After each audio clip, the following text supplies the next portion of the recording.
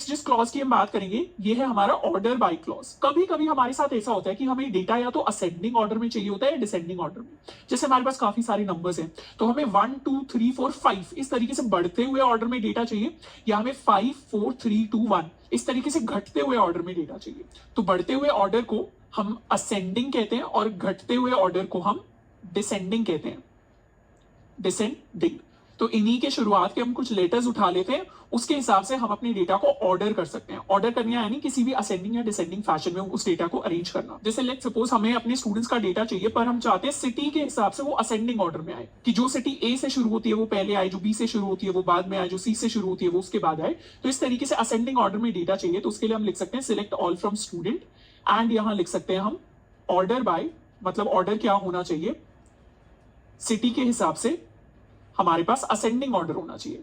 तो उसमें दिल्ली सबसे पहले आएगा, फिर हमारा मुंबई आएगा, फिर हमारा पुणे आएगा।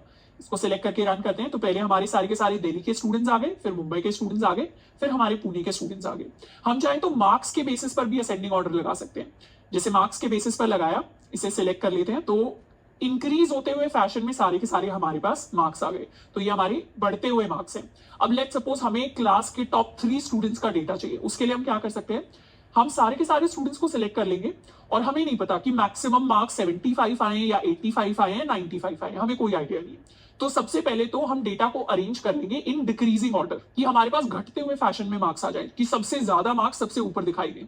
तो ये हमने कर लिया, तो सबसे ज्यादा मार्क्स ऊपर आ गए, फिर नीचे नीचे नीचे नीचे आते चले आए। अब हम क्या करेंगे, इसी के ऊपर हम लिमिट लगा सकते हैं।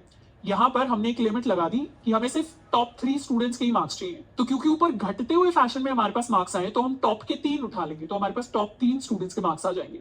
इसको एग्जीक्यूट कर लेते हैं तो ये क्या हुआ, क्लास के टॉप 3 स्टूडेंट्स के हमारे पास मार्क्स आ गए, ध्रुव, भूमिका एंड चेतन के मार्क्स।